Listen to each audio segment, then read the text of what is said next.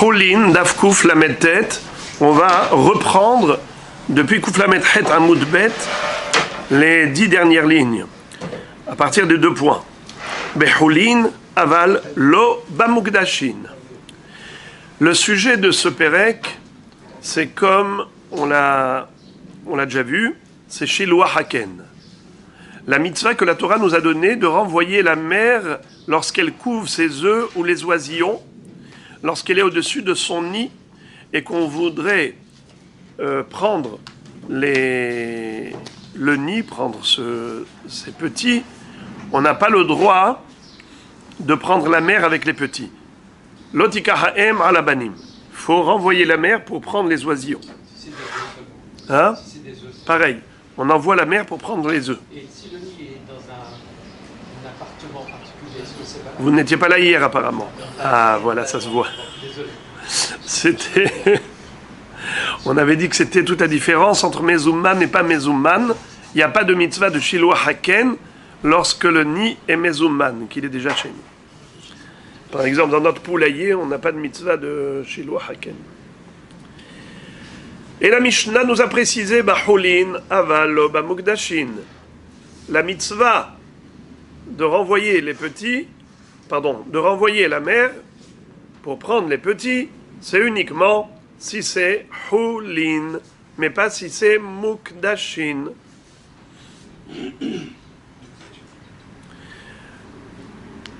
Dans le sens où, si on parle d'oiseau qui est Kadosh, consacré au Beth Amikdash, eh bien pour ces volailles-là, il n'y a pas de mitzvah de Shiloah Haken. Et la Gemara demande à Maïlo, pour quelle raison il n'y a pas de mitzvah? Pourtant dans la Torah on ne nous a pas précisé. Réponse, de Amarkra, Shaleach te shalach et ha'em. Bemi shata metzuve le shalecho. Yatzaze she'i ata metzuve le shalecho. Ela le havi'o l'idée gizbar.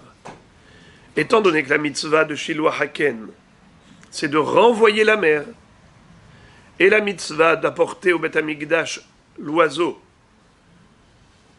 qui est Kadosh, c'est une mitzvah inverse. C'est de prendre l'oiseau qui a été consacré au Ekdesh et l'apporter au Gizbar, pour que le Gizbar fasse avec ce qu'il faut faire, puisque c'est Kadosh. Alors, c'est pas possible de dire une chose et son contraire. L'oiseau, tu dois l'amener au Gizbar. L'oiseau, tu vas le renvoyer. C'est pas possible. Shaleach te shalach et ha'em. Mais tu as une mitzvah d'apporter cet oiseau au Gizbar, puisqu'il est Kadosh. Il est Ekdesh. Il appartient au Ekdesh. Voilà pourquoi on n'est pas tour.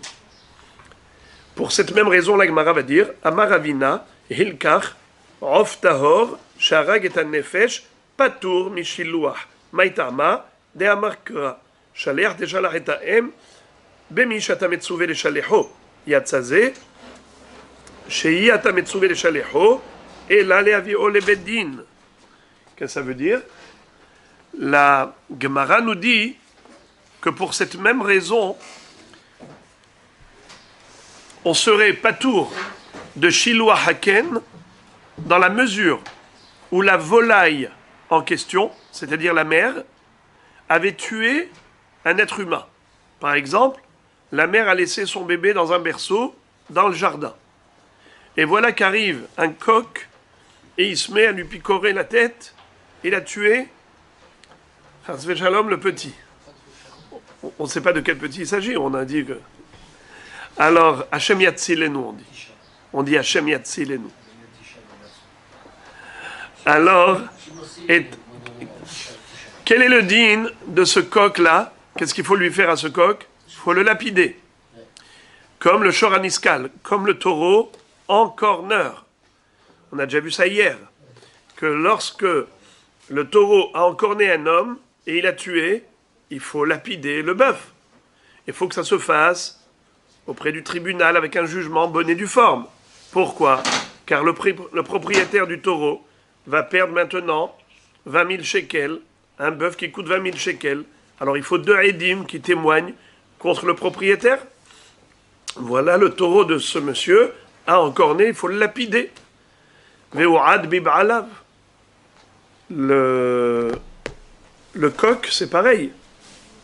Taureau en corner ou coq tueur, c'est pareil.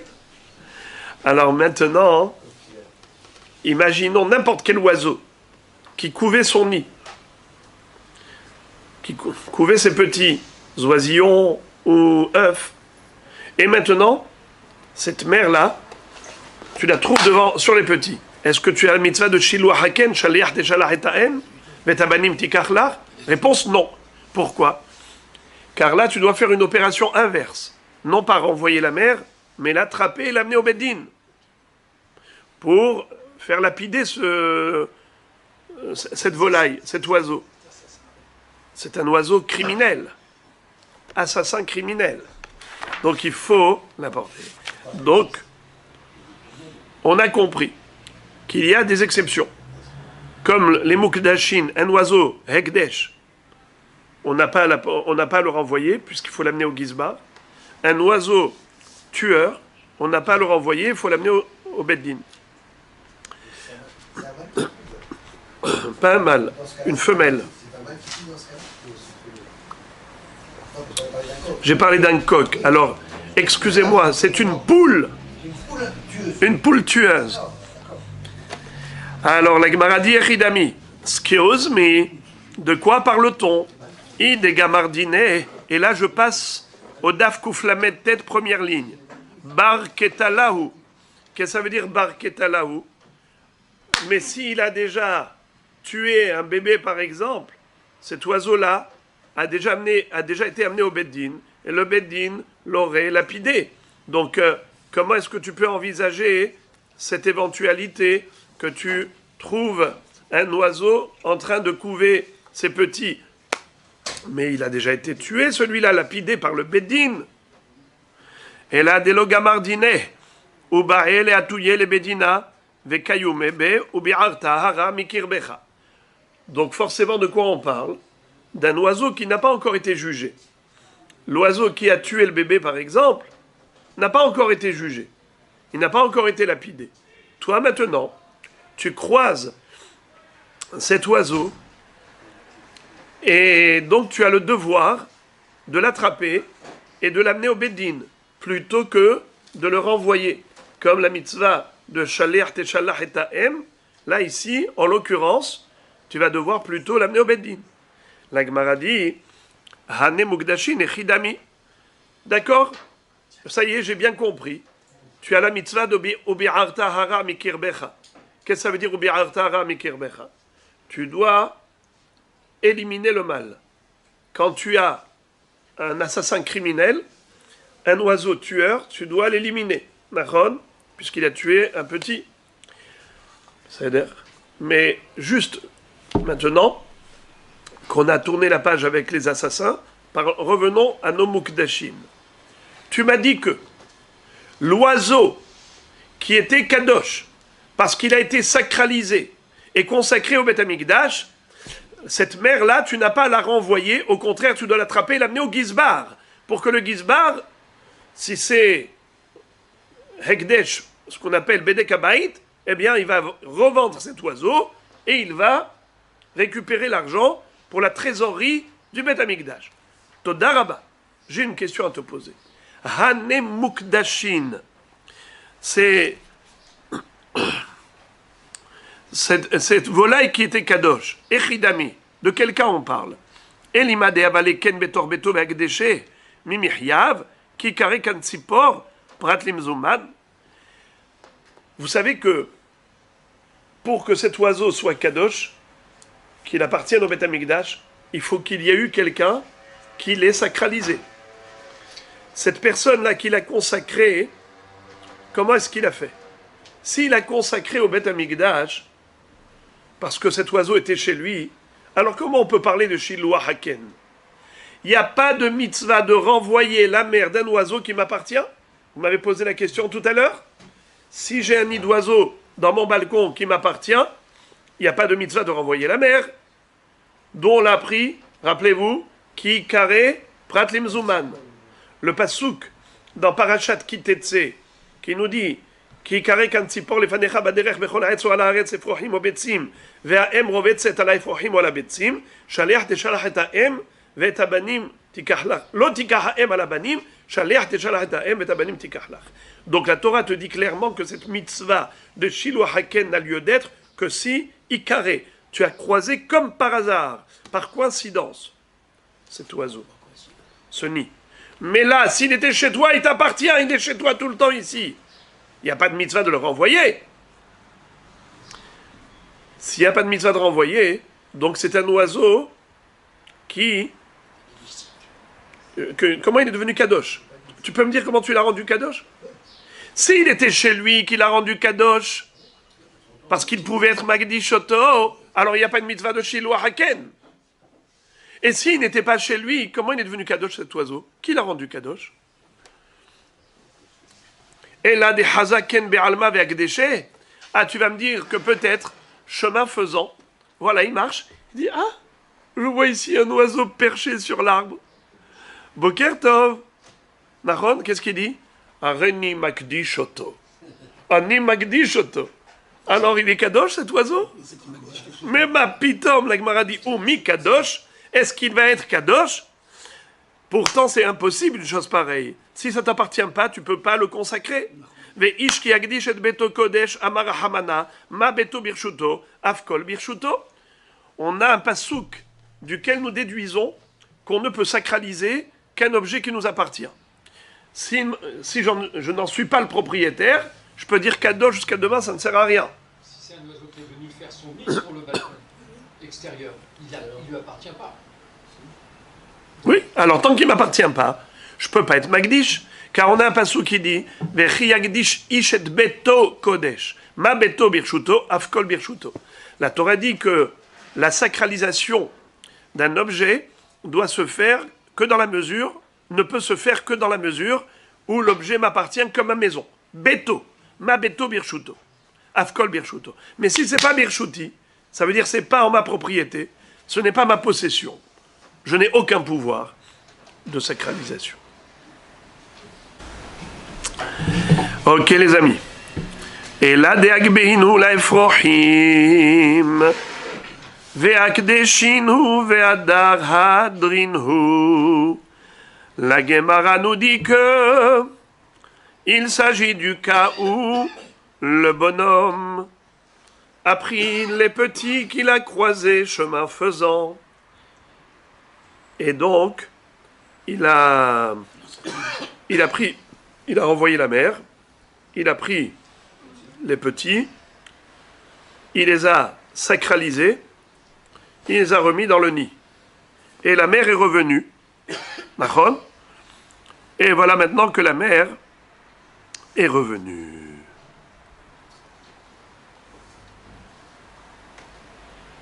Qu'est-ce que vient nous dire la Mishnah? Elle vient nous dire, étant donné que ces oiseaux, plutôt ces œufs, ils ont été à un moment donné sacrés, et la mère est revenue couver des œufs qui sont sacrés, sacralisés, puisque quand il les avait pris, il avait renvoyé la mère. Il a pris les œufs, il les a sacralisés, il les a reposés dans le nid. Et maintenant, on a des œufs sacrés. La mère est revenue. Est-ce que j'ai la mitzvah de les renvoyer, de renvoyer la mère à nouveau? Shaler teshalah. Pourquoi non? Parce que les œufs sont sacrés. La Gemara dit, Hay, afilu behulin nami lo mihyav. Ditnan, natal et abanim vehziran laken, veharkar hazra haem aleem, patur mile shaleyah. Qu'est-ce que ça veut dire? Quelqu'un qui a récupéré le contenu de ce nid, et il en a fait sa propriété. Et ensuite, il a reposé le nid tel quel, parce qu'il voudrait que la nature suive son cours. La mère de ces oisillons est revenue.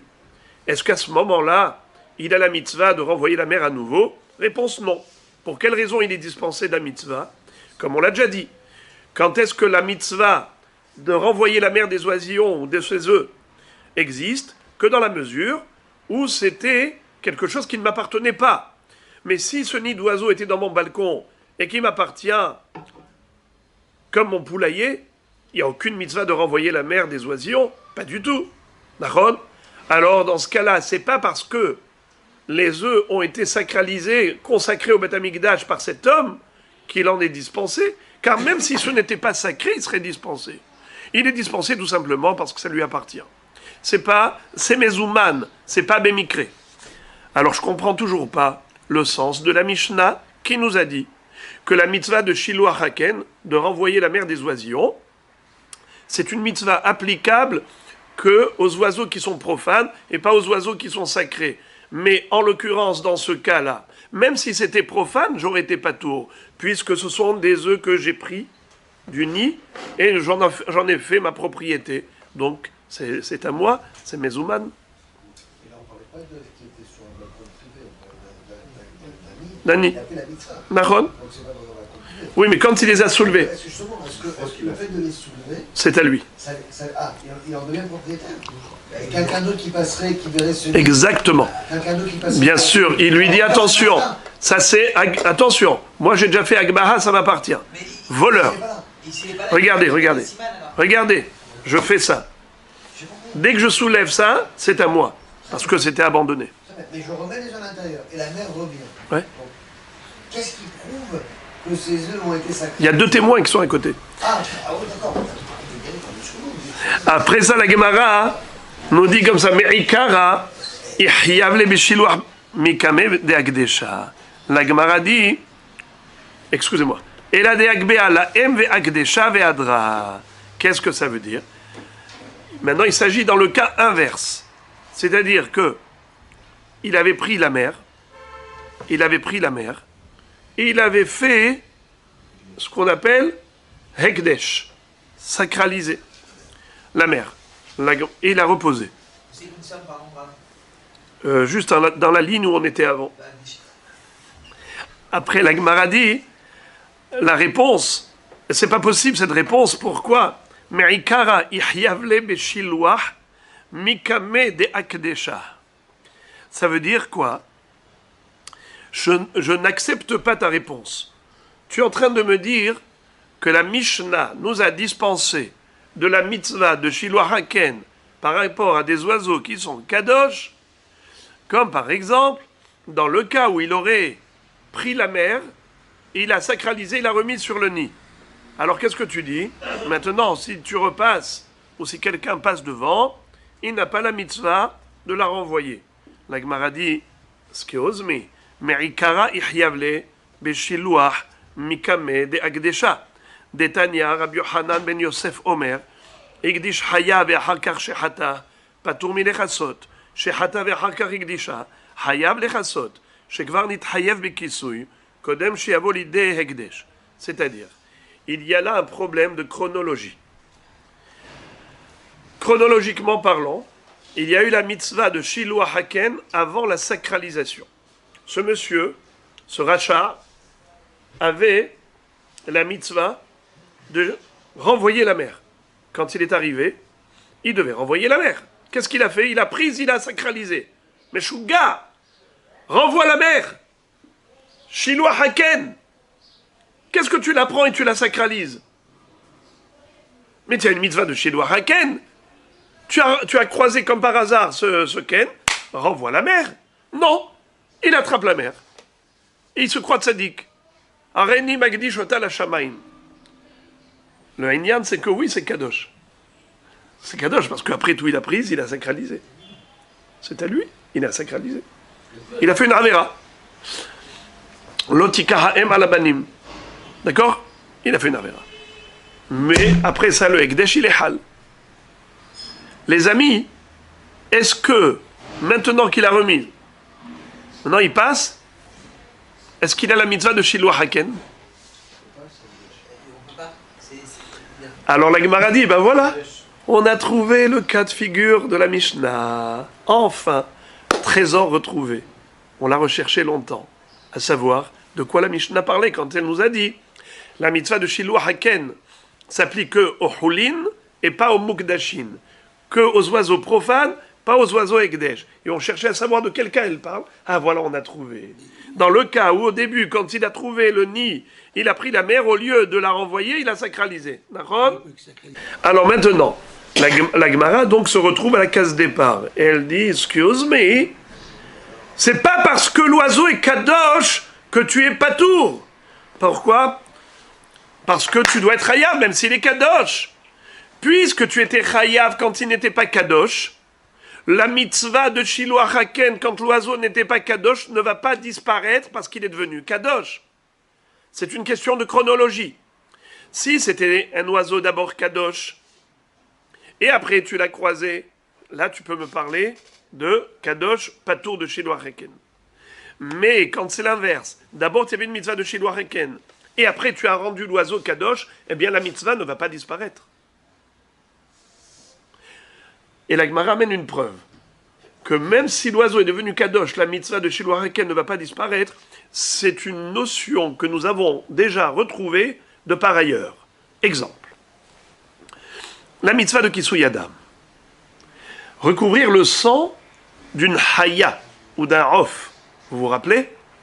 Je prends un off, je lui fais la shrita, j'ai la mitzvah de recouvrir son sang. Pareil, c'est pour la shrita d'une haya. Imaginons, le bonhomme, il a fait la... D'abord, il a rendu la haya kadosh, et après, il lui a fait la shrita.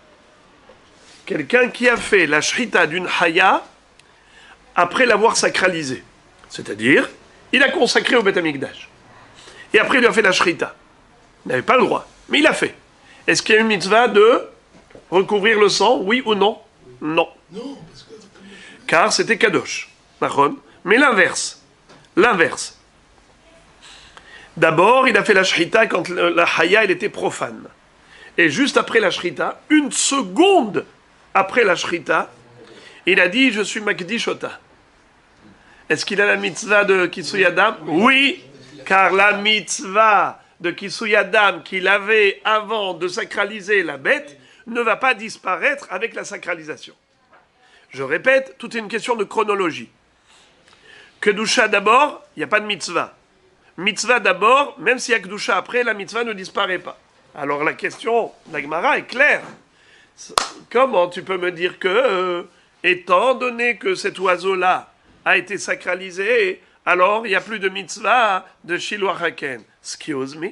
Puisque au moment où il a croisé ce nid, il avait pris la volaille, il a sacralisé, il avait la mitzvah de Shiloh Haken, bien qu'il ait sacralisé la bête, la mitzvah de Shiloh Haken reste en vigueur.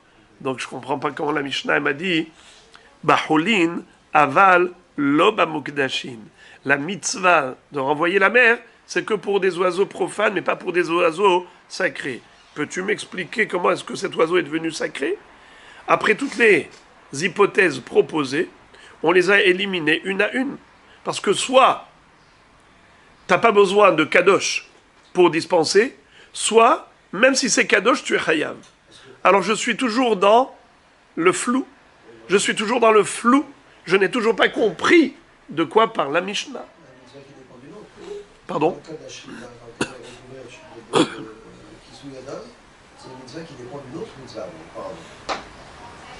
Allez-y allez-y au bout de votre raisonnement. On a mitzvah qui soit Adam. Mais si on ne veut pas l'acheter, il n'y a pas de mitzvah qui soit Adam. Pour quelqu'un qui a Kansipon, c'est la mitzvah elle-même qui a Kansipon. On ne peut pas la considérer comme une mitzvah qui était existante auparavant. Répondez vous-même. Si, vous pouvez répondre. Réfléchissez une seconde. Parce que il y a une taille. J'ai compris, j'ai compris. Mais la réponse, elle saute aux yeux. Si je ne commence pas la mitzvah, je ne la termine pas. Je n'ai pas commencé la mitzvah de Shiloh Haken. Donc je ne vais pas la terminer, donc elle est inexistante, je la perds. Tandis que dans la mitzvah d'Ashrita... Vous avez répété la question. La Shrita, c'est le début d'une mitzvah complète qui entraîne Kisui Adam. Vous avez répété la question. Vous n'avez pas donné votre réponse. Vous n'avez fait que répéter la question. Alors la réponse, elle n'est pas chouette. C'est une question de chronologie, comme j'ai expliqué. Qui vient d'abord? La mitzvah arrive d'abord et la dispense ensuite, ou la dispense ensuite la mitzvah. Par exemple, dans le Hekdesh, c'est ce qui déclenche la dispense. D'accord? On est bien d'accord? Alors, le Ekdesh dispense de la mitzvah de Kisui Adam? Oui. Le Ekdesh dispense de la mitzvah de Shiloh Haken? Oui. Maintenant, quel est le din si c'était l'inverse?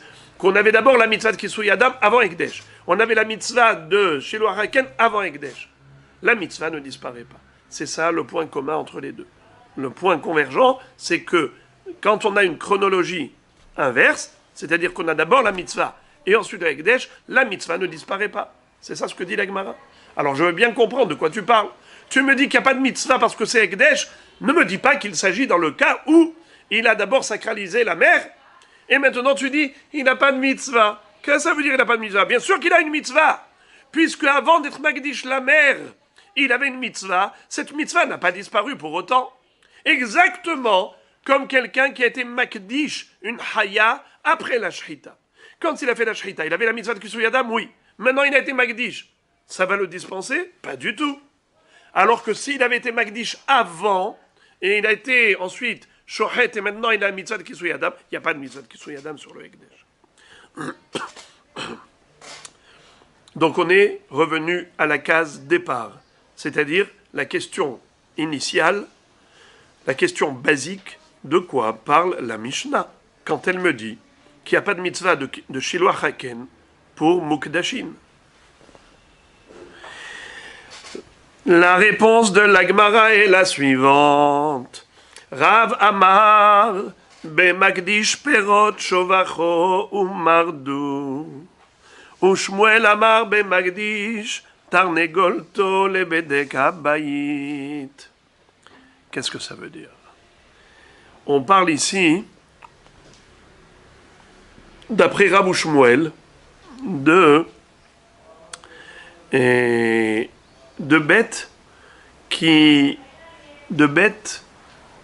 volailles qui après avoir été kadosh, ils se sont rebellés et ils se sont envolés. On s'explique. Normalement, la notion de Shiloh Haken n'existe que par rapport à des oiseaux qui sont hefker, n'appartiennent à personne. Nahon, si ça m'appartient, ça s'appelle Mezouman.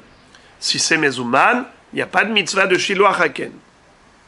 Mais quel est le din si l'oiseau m'appartenait autrefois? Vemarad, s'est révolté, s'est rebellé. Qu'est-ce que ça veut dire? Mon petit oiseau docile, domestique, tout gentil, tout mignon, un jour, eh bien, il a relevé le caquet. Et maintenant, il se sauve. Il ne veut plus reconnaître son maître. Ki yada ashor koneu vahamor evus be'alav, Israël o yada amil o idbonan. Et maintenant, il renie son maître. Marad, il s'envole, il se sauve. Maintenant, ce même oiseau qui m'appartenait autrefois ne m'appartient plus. Étant donné qu'il est devenu hefker, désormais, si je le croise, bien que c'était autrefois, coucou, je te reconnais, eh bien, il y a la mitzvah de Shiloh Haken. Je dois renvoyer la mer. Vous entendez, les amis? Cette mer m'appartenait plus. Les petits m'appartenaient, ils ne m'appartiennent plus. Comment? Mardou. Mardou, c'est-à-dire rébellion. C'était une manifestation des Gilets jaunes et ils ont décidé de partir. Nachon Zéhouzé. Regardez maintenant comment la Gemara va s'arrêter sur la différence entre Rav et Shmuel. Rav et Shmuel, ils disent à peu près la même chose, et on se demande pourquoi est-ce qu'ils n'ont pas dit la même chose mamash. Regardez la différence entre eux. Rav Amar, Bemagdish, Perot Shovacho, ou Mardou. C'est-à-dire, au début, il avait Perot Shovach. Traduction du mot Shovach, pigeonnier. Perot, les fruits du pigeonnier. C'est qui les fruits du pigeonnier? C'est les petits des colombes, les petits des pigeons. Pourquoi on dit petits des pigeons? On va voir ça après. Petits des pigeons, c'est Bene Yona. Dans la Torah, quand on parle de Korban Ola ou de Korban Hatat, Shete Torim, de tourterelle, au Shene Bene Yona. Petit de la colombe. Torim. Tourterelle. au Bene Yona, Yona colombe. Mais les petits de la colombe, Torim, ils sont grands, tourterelles sont âgés, tandis que les Bene Yona sont petits. Alors, Perot Shovach, fruits de pigeonnier, c'est les petits de la colombe. Ceux-là, je les avais consacrés au Beth Amikdash comment? En faisant d'eux Korban Ola. J'ai dit Hare Elu le Ola. C'est quoi Ola? Holocauste. Je voudrais offrir au Beth Amikdash 2 petites colombes Korban Ola. Et voilà, Mardou. Ils sont fous ceux-là, ils sont partis. Ils ont quitté le pigeonnier. Ils ont quitté mon pigeonnier. Ils ont disparu. Mais moi, je leur avais mis un petit fil rouge. Et voilà que je les retrouve ailleurs, perchés sur un arbre, avec le fil rouge que je leur ai mis, avec ma signature. Et maintenant, je dis, attends, qu'est-ce qu'ils font ceux-là ici? Alors, il a la mitzvah de Shiloh Haken. Mitzvah de Shiloh Haken, oui ou non? Non. C'est ça. Normalement, si c'était Choulin, si c'était profane, oui. Pourquoi oui? Parce que ce n'est plus à moi. Puisque ce n'est plus à moi, c'est Efker. Puisque c'est Efker, c'est comme ce qu'on appelle Eno Mezuman, qui carré pour les fanecha baderech becholaretz à l'aaretz, le mikré. Donc j'aurais eu la mitzvah de Shiloh Haken. Mais maintenant que je les ai sacralisés, j'en ai fait Korban Ola, Patour. On a compris. Regardez, ça nous a mis une demi-heure pour arriver à comprendre une petite phrase de la Mishnah. La phrase de la Mishnah, c'était quoi? Shiloh Haken, Baholin Aval Lo Bamukdashin. Alors on cherchait l'intérêt de cet enseignement. Quel est l'intérêt de cet enseignement? C'est-à-dire dans quel cas précis on a besoin de nous dire ça? On a enfin trouvé. Dans le cas où le bonhomme avait 2 petits pigeons, il avait dit Zekorban Ola, et voilà que ils se sont enfuis, et comme ils ont pris la fuite, ça s'appelle qu'ils se sont rebellés, et maintenant, je les ai retrouvés perchés sur un arbre. Si c'était Choulin, j'aurais dû les renvoyer, et maintenant que c'est Mukdashin, je suis pas tour. Shmuel, Ken? J'ai aussi l'obligation de les prendre pour les emmener Bien sûr. Donc c'est même plus que ça. Bien sûr. Mais la question était de savoir comment est-ce possible qu'on en arrive là. N'oubliez pas le début. Le début, on avait dit que pourquoi est-ce qu'on est patour de Shiloh Haken? Parce qu'on a l'obligation de les amener au Beth Amikdash. Mais après, la Gemara dit, mais je voudrais comprendre comment est-ce que ces oiseaux sont devenus kadosh. Alors, après tout le parcours, on a compris le cas. Tu veux savoir dans quel cas les oiseaux, ils sont kadosh, et tu es pour cette raison dispensé de Shiloh Haken, parce que BMF, tu dois les prendre et les amener au Beth Amikdash, c'est en l'occurrence. Shmuel Amar, mais en plus, Shmuel nous dit Bemagdish Tarnegolto le Bedekabaïd. C'est quoi Tarnegolette? Une poule. Dites-moi, la poule, on peut la sacrifier dans le Beth Amikdash? Bravo.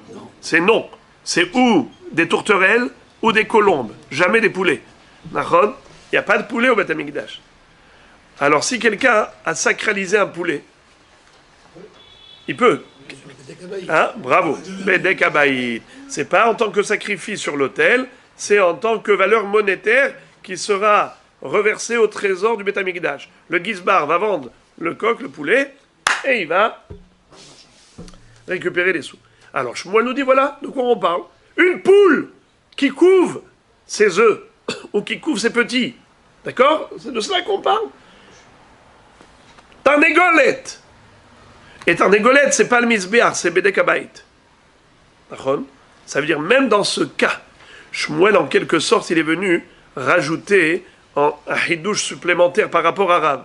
Il dit pas seulement Kedushat Misbeyach, comme des colombes, mais même Kedushat Bedekabaït, comme des poulets, c'est aussi, des poules, c'est aussi, comment on appelle ça? Poter otanu mina mitzvah. Ça nous exempte de la mitzvah. Pourquoi? La poule, elle s'est enfuie. Marda, c'est une poule rebelle. Et puisque c'est une poule rebelle, Elle est abandonnée. Puisqu'elle est abandonnée, que je l'ai retrouvée en train de couver son nid, eh bien, il y a la même mitzvah. Elle vole pas. Ça s'appelle un rof. Moi, j'ai déjà vu des ailes aux poules. La Gemara dit Bishlama Shmuel lo amar kerav de kamukim la bekotche bedek habayit el ale rav maitama lo amar ki Shmuel. C'est-à-dire, la Gemara dit encore Shmuel, je le comprends. Et je comprends pourquoi il n'était pas d'accord avec Rav. C'est-à-dire pourquoi il n'a pas dit comme Rav. Parce qu'il a voulu donner un chidouche supplémentaire. En disant, pas seulement lorsque l'oiseau il est kadosh b'kedushat mizbeach, comme pour les Beneyona, mais même quand il est kadosh que bedek habayit, aussi on est dispensé. C'est un chidouche numéro 2. C'est plus fort. Alors je comprends pourquoi Shmuel a choisi l'histoire de la poule rebelle plutôt que les pigeons rebelles. Pourquoi? Parce que Shmuel te dit non seulement les pigeons qui ont été sacralisés pour le Mizbeach, tu es dispensé de la mitzvah de Shiluach Haken, mais même pour des poules qui ne sont pas sacrifiables sur l'autel, s'ils sont kadosh, bikdushat bedek habayit, tu es dispensé de la mitzvah de Shiluach Haken. Ça, c'est un chidouche plus fort. Mais Rav, qui n'a pas voulu dire ça, sous-entendu que pour lui, Rav, c'est seulement la kedusha du Mizbeach qui fait sauter la mitzvah de Shiluach Haken. Mais la kedusha de bedek habayit, non, elle ne fait pas sauter la mitzvah de Shiluach Haken. Et là, les Rav Maïtarma lo amar ki Shmuel. Pourquoi est-ce que Bémet Rav n'est pas d'accord avec Shmuel? Amar lecha Rav davka kapatre mishiluach kegon perot shovacho de kotche mizbeach ninhu de kevan de katche bikdushat haguf lo pakra kedushat hayu minayu aval bemagdish tarnegol to lebedek habayit de lav kotche mizbeach de kedushat damim be'alma kevan de marda pakra kedushat hayu ve'hayevet beshiluach. Qu'est-ce que ça veut dire? C'est trop beau. C'est trop beau. D'après Rav, il dit encore Kedushat Mizbeach, c'est une Kedusha intrinsèque. Elle ne peut pas disparaître, même lorsque l'oiseau a disparu. L'oiseau rebelle est parti, mais comme il était Kadosh, Bikdushat Mizbeach, c'était Kedushat Hagouf. Cette Kedushat Hagouf ne disparaîtra jamais. Si j'ai reconnu l'oiseau avec le petit fil rouge que j'y avais mis, eh bien, je suis pas tour de Shiluach Haken, parce que c'est Kadosh. Mais si c'était une poule, c'est pas Kedushat Hagouf, c'est Kedushat bedek habayit. En d'autres termes, c'est Kedushat damim. C'est quoi damim? L'argent. Kedushat damim, c'est une Kedusha de la valeur monétaire de la poule. C'est pas une Kedusha intrinsèque du gouf, c'est pas Kedushat Mizbeach, c'est une Kedusha de sa valeur. Étant donné que elle s'est rebellée, et qu'elle s'est enfuie, et qu'elle a disparu, et que maintenant elle n'est plus à portée de main du Gizbar, Gamarnou, la Kedusha s'est envolée avec. La Kedusha a disparu. Pourquoi? Parce que maintenant elle n'est plus sous la main du Gizbar. Elle n'est plus sous la main du propriétaire, ni de la main du Gizbar. Elle s'est enfuie.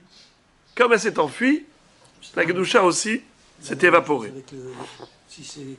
Comment vous dites? Si c'est un Hekdesh, le Mizbeach, on est dans la même situation.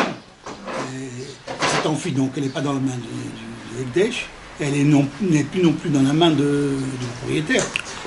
Très bonne question. La différence entre Kedushat Hagouf et Kedushat Damim, c'est que Kedushat Hagouf n'est pas relative à la propriété. Tandis que Kedushat Damim, quand il s'agit de Mammon, c'est une question de propriété.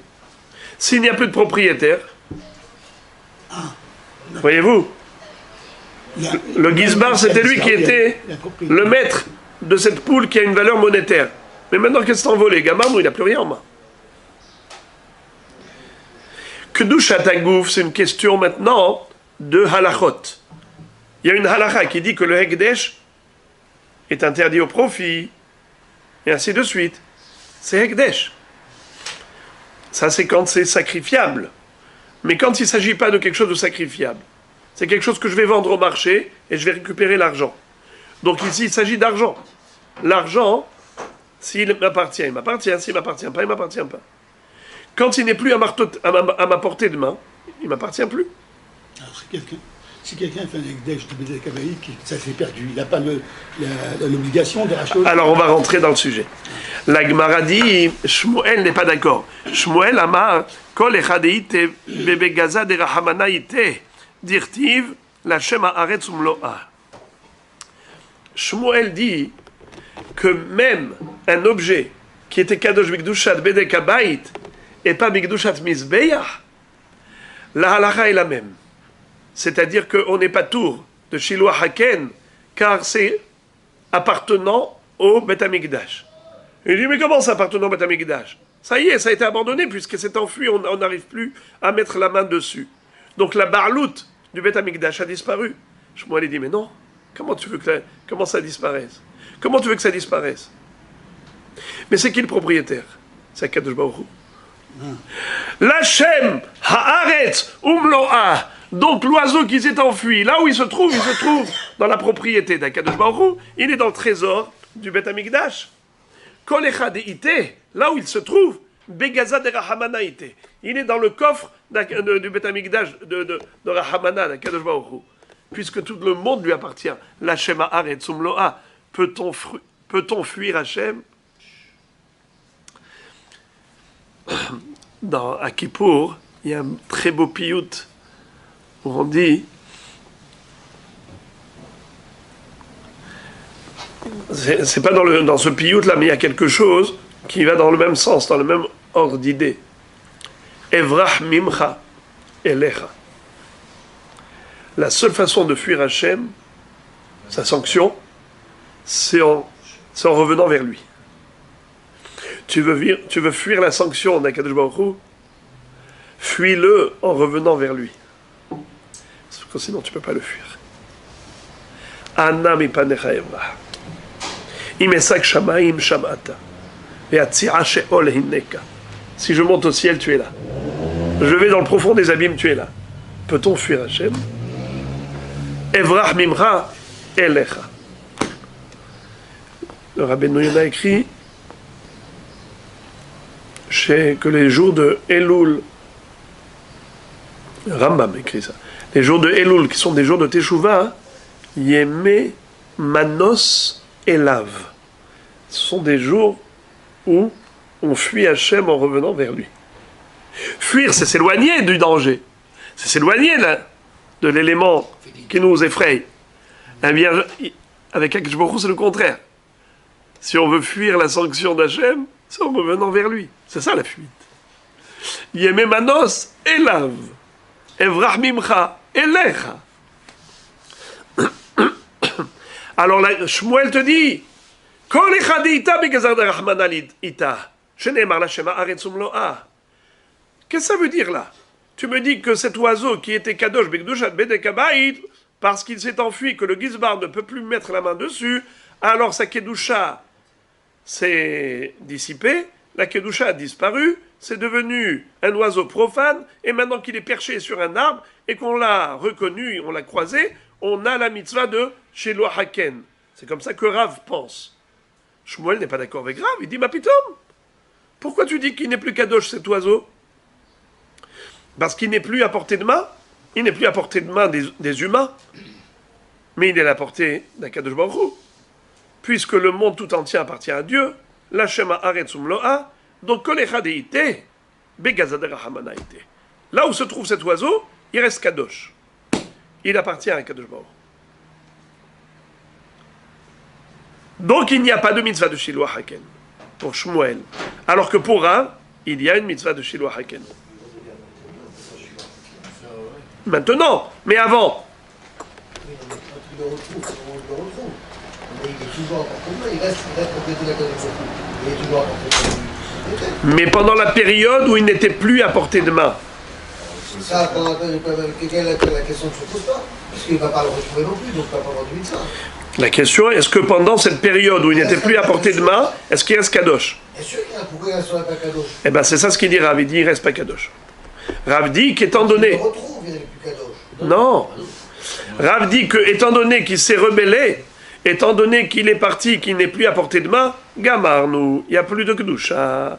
Et donc maintenant, quand je retrouve un objet profane. Et puisque c'est un objet profane, donc il faut que je fasse chez Haken. C'est un objet perdu. Alors maintenant, la Gemara dit... Il a les moyens de le reconnaître. Un objet perdu. Hein? Il est complètement. Parce qu'il a les moyens de le reconnaître. Il le reconnaît. Donc il y a une marque. Il a un statut pour lui d'être perdu. Quand on le reconnaît, il le reconnaît. Donc il ne perd pas sa doucha pour lui, par rapport à la personne qui le trouve. Vous aviez un oiseau. Ouais, imaginez-vous. Vous aviez un oiseau. Et voilà que il y avait des simanim et tout. Il a disparu. Vous pensez que vous allez le retrouver? Vous avez fait Yehush ou pas? D'accord. Est-ce que vous avez fait Yehush? Très bien, d'accord. À partir du moment où vous avez fait Yehush, vous n'êtes plus propriétaire. Et même s'il a un siman. L'histoire du siman... Même si je le retrouve? Oui. Youch. Si quelqu'un vous a entendu dire « Vaïle Hisaron Kis », malheur, j'ai perdu l'argent, c'est que vous avez fait Yehush. Celui qui le retrouve, il peut le prendre. Maintenant, pourquoi, quand il y a des simanim... Bien sûr. Mais là, maintenant, Rav applique la même chose même à Mukdashin. Il dit qu'il y a Kodesh et Kodesh. Si c'est Kodesh Bikdushat Hagouf, donc c'est une halacha qui n'a pas de rapport avec la propriété. Tandis que Bedek Habayit, c'est une halacha qui est relative à la valeur monétaire. C'est une question de propriété. Si le Gizbar a fait Yehush, donc Gamarno, ça veut dire que on a perdu cet argent. On a perdu cet argent, celui qui trouve, c'est Holin. Tandis que Shmuel dit, même si il s'agit de Kedushat Damim, il n'y a pas de Yehush. Le Yehush, il n'a pas d'impact sur la Kedusha. La Kedusha, elle est intrinsèque. Pourquoi? Étant donné que là où se trouve l'objet, il est toujours dans la propriété de Dieu, donc il n'y a pas une possibilité de faire disparaître cette Kedusha. Alors que Rav dit, mais cette Kedusha, elle est relative à la propriété. Et puisque maintenant, il n'est plus à portée de main, on a fait Yehush. Pour nous, ça y est, cet oiseau est perdu, il est introuvable. Gamarnou, ça y est, c'est perdu. Il n'y a plus de Kedusha. Il n'y a plus de propriété, il n'y a plus de Kedusha. Gamarnou. Exact. À partir du moment... Non. Ça, c'est le propriétaire, mais le Beth Amikdash, il était propriétaire. Maintenant, même le Beth Amikdash n'est plus propriétaire. Pourquoi? Parce que le Gizbar a fait Yehush. Puisque le Gizbar ne peut plus vendre cet objet, donc il a fait Yehush. Ce n'est plus à portée de main du Gizbar, Nigmar. Il n'y a plus de propriété.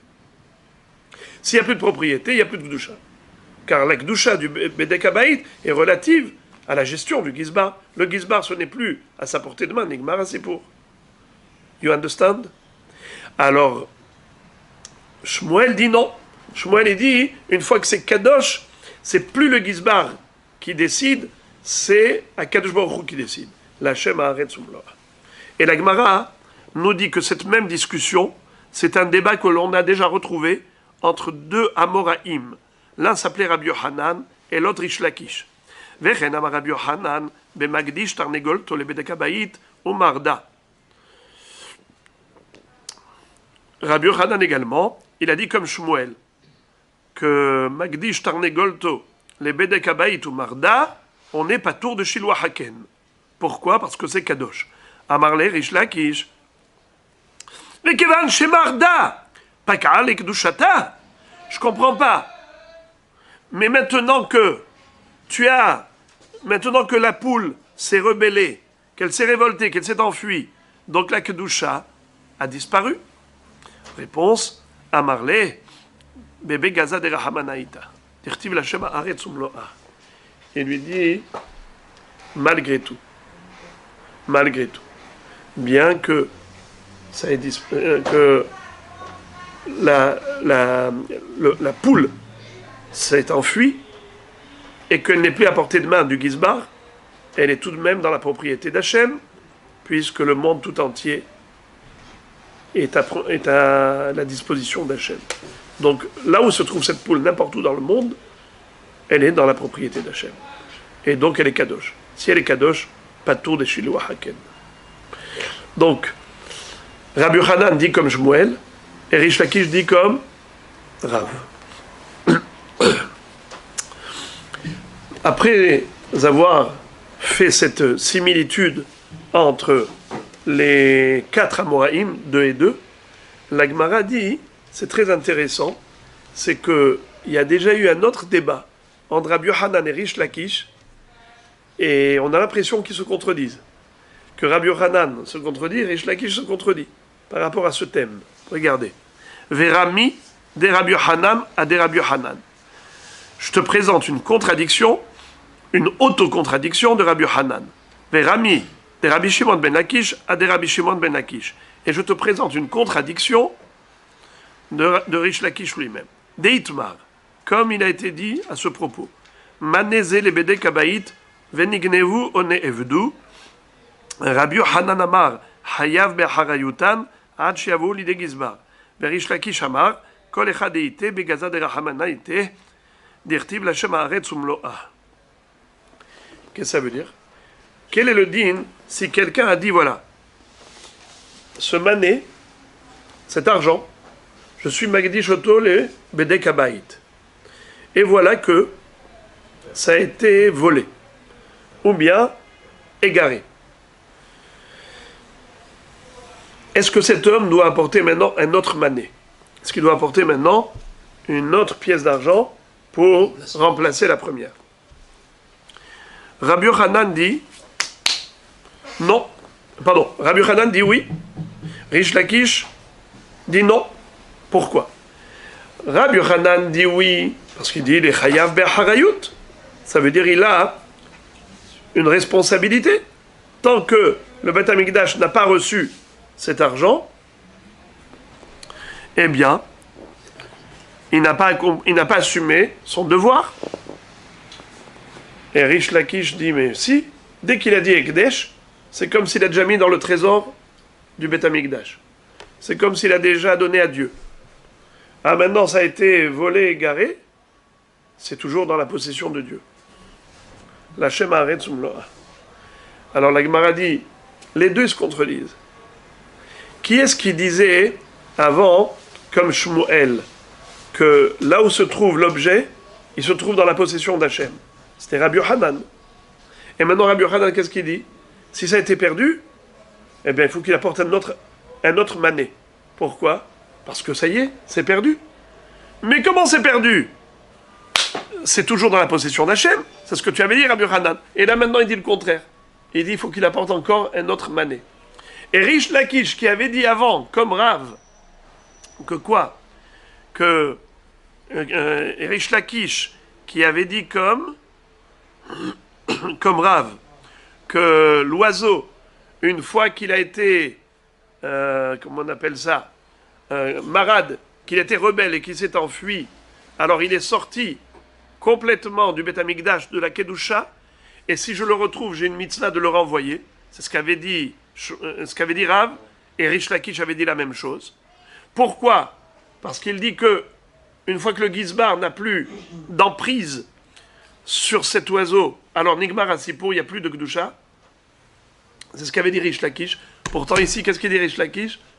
Un homme qui a donné un mané, c'est-à-dire qui a consacré un mané, eh bien, maintenant, même si ça a été égaré, ce n'est pas grave, il n'a pas besoin d'amener un autre. Pourquoi? Parce qu'il est toujours dans la maison d'Hachem.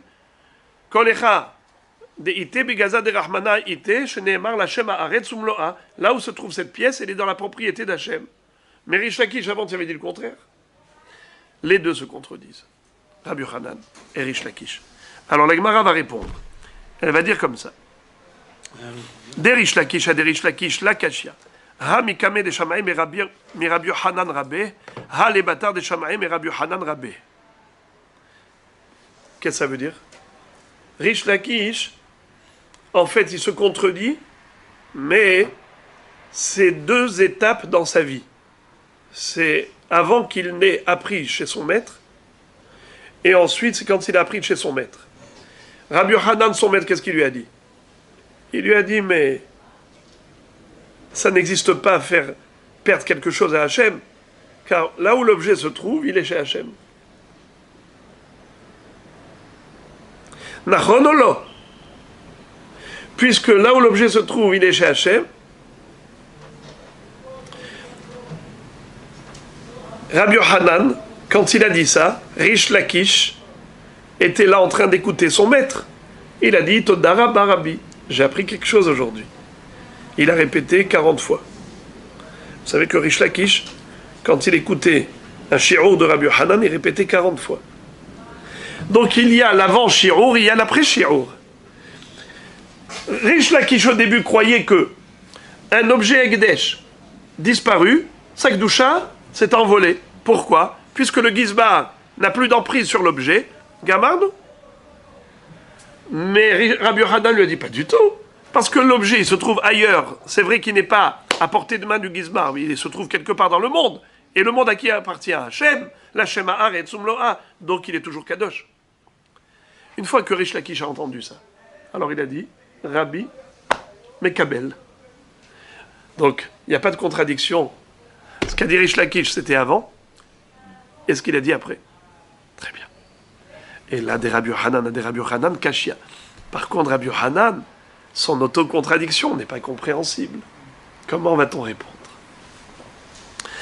La Gemara dit, des Rabbi Hanan, Namila Kashia, Ha de Amar Hare Alai, Ha de Amar Harezo. Qu'est-ce que ça veut dire? Il y a deux façons de sacraliser un objet. Soit par le langage de Hare Alai, soit par le langage de Harezo. C'est-à-dire, quand on dit, regardez ça, j'ai ici une pièce de monnaie. D'accord? Je dis, Mané Zé, Kadosh Lebedek Abayit. Cette pièce de monnaie, elle est Kadosh pour le Bet Amikdash. D'accord? Alors maintenant, si ça a été égaré ou perdu, est-ce que j'ai l'obligation d'amener une autre? Non. Pourquoi? J'avais dit ça. J'ai pas dit un autre. J'ai dit cette pièce de monnaie, mais pas une autre. Mais dans le cas où j'ai dit Hare Alai, comment? S'il sait que ça appartient au Bet Amikdash, il doit le rendre, mais s'il ne sait pas, il ne sait pas, c'est pas grave. Alors maintenant, les amis, bravo. Quelqu'un qui dit Hare Alai, il n'a pas dit Harezo. Il a dit Hare Alai. Moi, je m'engage à apporter un mané au Bet Amikdash. Et voilà qu'il a fait sortir de son porte-monnaie un mané. Voilà, il a perdu. Il doit apporter un autre. Pourquoi? Il a dit Hare Alai. Alors répétons. Quelqu'un qui dit Hare Alai, c'est de cela qu'il s'agissait quand Rabbi Hanan a dit Haomer Maneze lebedek abayit venignevu o avdu Rabbi Hanan amar hayav beharayutan. C'est pas parce que l'objet il reste kadosh.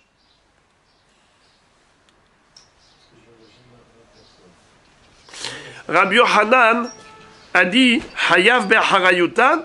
Pourquoi? Parce qu'il engage sa personne. Nachon? Il y a beaucoup de faire arriver tout à l'heure une chose quand il dit Zé, parce que s'il disait qu'on considère que ça appartient à Baruch que tout corps l'homme, tout est là, qu'est-ce que j'ai besoin de faire attention à la chose? Après, je vais lever un petit peu ma responsabilité sur cette chose. Alors, c'est ça ce qu'il nous dit.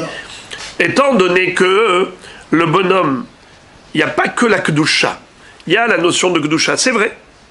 Mais il y a aussi une notion que lui, il doit apporter. Quand il a dit Hare Alai, il a Hiyuv Harayut. Alors ce Hiyuv Harayut là fait qu'il est obligé d'amener. Même si on dit que Kol Echad Ita, Begaza de Rahamana Ita, comme avait dit Rabbi Hanan, que là où il se trouve, il est sacré. D'accord? Mais le Bet Amikdash n'a pas reçu. C'est vrai que l'objet, là où il se trouve, il est Kadosh. La Kedusha ne va pas disparaître. Kol Echad Ita, Begaza de Rahamana Ita. Mais toi, en tant qu'homme, tu n'as pas assumé, tu n'es pas acquitté, tu n'es pas quitte. Tu dois apporter un autre. Pourquoi? Parce que tu as dit Hare Alai. Dans le premier cas, il n'y a aucune sanction. Il est perdu pour lui, et il est perdu pour le... Oui, Harezu, parlez de Harezu. Oui, Nachon, il n'y a aucune sanction. Parce qu'il n'y avait pas de responsabilité. Depuis le début, il a dit ça, et pas autre chose. On ne peut pas dire qu'il Non. Qui a légèrement fait attention à l'objet? Non, il a déjà... reprocher de ne pas avoir fait suffisamment attention à l'objet? Non. Non. On ne peut pas lui reprocher. La Gemara maintenant nous dit, d'accord, j'ai compris que Rabbi Yochanan ne se contredit pas, mais la solution d'un problème m'a créé un nouveau problème. Quand tu m'as résolu le problème de Rabbi Yochanan, tu m'as créé un problème avec Rish Lakish. Je vais te dire pourquoi. Parce que ce que dit Rabbi Yochanan, c'est tellement évident que je ne peux pas comprendre que Rish Lakish ne sera pas d'accord. De quoi parlait Rabbi Yochanan? Il parlait de quelqu'un qui a dit « Are alay mané lebedek habayit ». Et même si ça a été égaré, il faut qu'il en apporte un autre. Nachon? Dans ce cas, même Rish Lakish devrait être d'accord. Quoi, Rish Lakish va s'opposer à une halakha pareille? Et il va dire que tu es pas tour? Miklal de Rabbi Shimon ben Lakish. Afalgav de Amar are alay. L'om yahyav ve'atnan. Pourtant, c'est une Mishnah dans Masechet Kinim. Vous avez déjà entendu parler de Masechet Kinim? Ouais? Kinim avec Kouf. Ken. Ken. Ça veut dire le mot Ken. Le nid. Le nid d'oiseau. Ve'atnan. Et zeu neder ve'zeu nedava. Neder ha'omer are alay ola. Nedava ha'omer harezu ola. Uma ben neder lindava. Neder, metao nigneva avda, hayav be'acharayuta. Nedava, metao nigneva she'avda, eno hayav be'acharayuta. Qu'est-ce que ça veut dire? La Gemara nous dit que c'est une Mishnah meforeshet. C'est une Mishnah explicite. Et il n'est pas question que Rish Lakish, en tant que Émora, s'oppose à une Mishnah. Un Émora ne peut pas contredire une Mishnah. Or, ce qu'a dit Rabbi Yochanan, c'est déjà écrit dans la Mishnah, que la différence entre quelqu'un qui dit par rapport à une bête, Harezu Ola, cette bête-là, elle est holocauste. Je l'ai sacralisée. Si jamais elle est perdue, elle s'est égarée, ou volée, ou morte, je n'ai aucune obligation de rapporter une autre. Mais si je dis Hare Alay Ola, moi j'ai l'obligation d'apporter Korban Ola. Ensuite, j'ai désigné la bête qui sera l'accomplissement de mon vœu, et ensuite cette bête a été soit volée, soit égarée, soit morte, j'ai le devoir d'en apporter une autre, parce que l'engagement était personnel. C'est moi qui me devais d'apporter un korban. Donc c'est une chose tellement évidente qu'il est juste impossible d'imaginer que Rish Lakish s'y oppose à cette règle. Aïe aïe aïe aïe. Amarish Lakish, réponse. Hanemile bekotche mizbeach de mechusare krava. Aval kotche bedekabaï de la mechusare krava. Afal gav. De amar alay lo mihyav. Pa.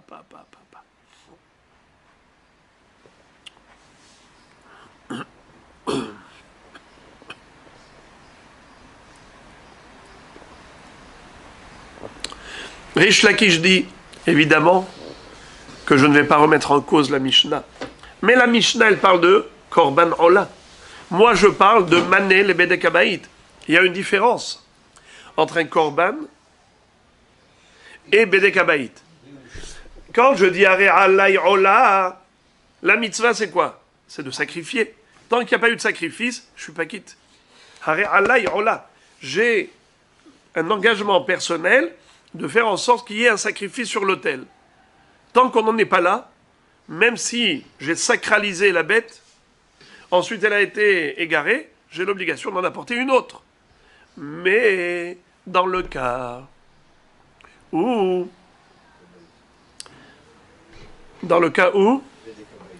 il s'agit de Bedekabaït, là, c'est une question de valeur monétaire, d'appartenance, de propriété. Là où se trouve l'objet, là où se trouve le mané, il appartient à Dieu. C'est une question de propriété. Oui, c'est dans la propriété de Dieu. J'ai assumé mon rôle. C'était quoi mon rôle? De faire en sorte de donner à Dieu le mané. Je l'ai fait. En disant, Zé, chez la Kadosh Baruch Hu, c'est déjà comme posé dans le trésor d'Akadosh Baruch Hu. Quand il s'agit d'un acte de korban, l'opération du culte sacrificiel, tant que le sacrifice n'a pas eu lieu, il n'a pas eu lieu. Il n'y a pas eu d'opération. Il faut l'opération du sacrifice, mais dans la mesure où il ne s'agit pas de faire un acte. C'est juste une question d'appartenance, de propriété. Eh bien voilà, j'ai donné à Dieu. C'est dans sa propriété. Vous entendez la subtilité? Hein? Elle est fine, celle-là. Elle est fine. Philippe Sherman à l'ail, donc il n'est pas tout. Ouais. C'est trop beau, ça. La Gemara dit, je suis très étonné. Pourquoi je suis très étonné? Ve'atnan haomer shor ze'ola ba'it ze korban met hashor nafal ha'ba'it eno hayav be'acharayutan shor ze alay ola ba'it ze alay korban met hashor ve'nafal ha'ba'it hayav leshalem. La Gemara dit, c'est beau, mais c'est faux. Pourquoi? Cette différence, ce distinguo qu'a établi Rish Lakish entre Ola et Bedek Habayit, entre deux sortes de Kedusha, pourquoi ça ne peut pas être juste?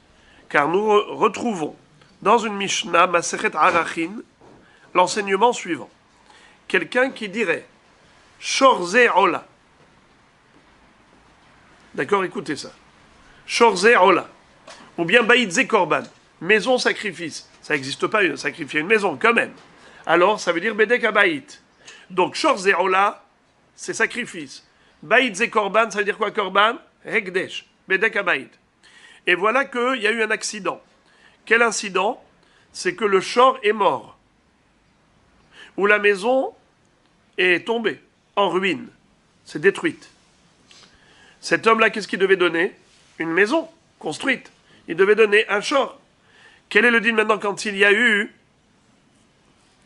un accident pareil? Alors, met à shor. Alors, quand il dit shor ze'ola ba'it ze korban, s'il avait dit directement cette maison, ce korban, et après ils sont morts ou cassés, il n'a aucun devoir. Eno hayav be'acharayutan. Mais s'il avait dit shorze alay, oh là, baïdze alay korban, puisqu'il a rajouté le mot alay, nous voyons qu'il est hayav les shalem. Et pourtant, on ne fait pas de différence entre baït et shor. Shor c'est korban ola, c'est misbeach. Baït, c'est bedek habayit. Baït, c'est pas un sacrifice sur l'autel. Baït, c'est que la valeur monétaire. Et pourtant, on applique la même règle que quelqu'un qui dit arrêt alay, je m'engage personnellement, il se doit d'assumer. Alors comment Rish Lakish peut être en désaccord là-dessus? Réponse. Hanemile echad emet hashor venafal habayit hayav leshalem delitanhu aval echad eitanhu kol echad eite bebegaza derahamana eite dirtiv lachem haaretz umloa. Si après cette réponse, vous ne dansez pas, c'est que je ne me suis pas bien expliqué. Écoutez ça. Rish Lakish nous dit, il y a une différence fondamentale entre les deux cas de figure. Il y a une différence entre égaré et mort. Entre égaré et détruit. Lorsque c'est égaré, c'est toujours là dans le monde. Donc c'est toujours dans la propriété d'Akadosh Baruch Hu. Mais si la bête est morte ou la maison détruite, il n'y a rien dans la propriété d'Akadosh Baruch Hu. Comme tu avais dit arrêt alay, c'était un engagement personnel. Tu te dois de l'assumer. You understand? Pas beau ça? Trop beau.